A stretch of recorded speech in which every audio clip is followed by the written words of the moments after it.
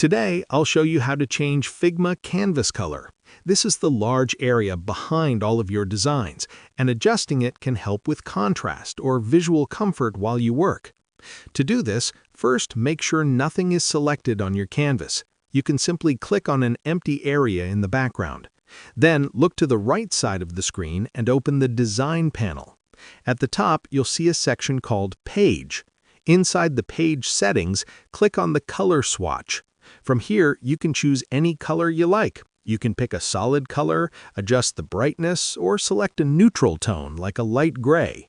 As soon as you select a color, the canvas background updates instantly.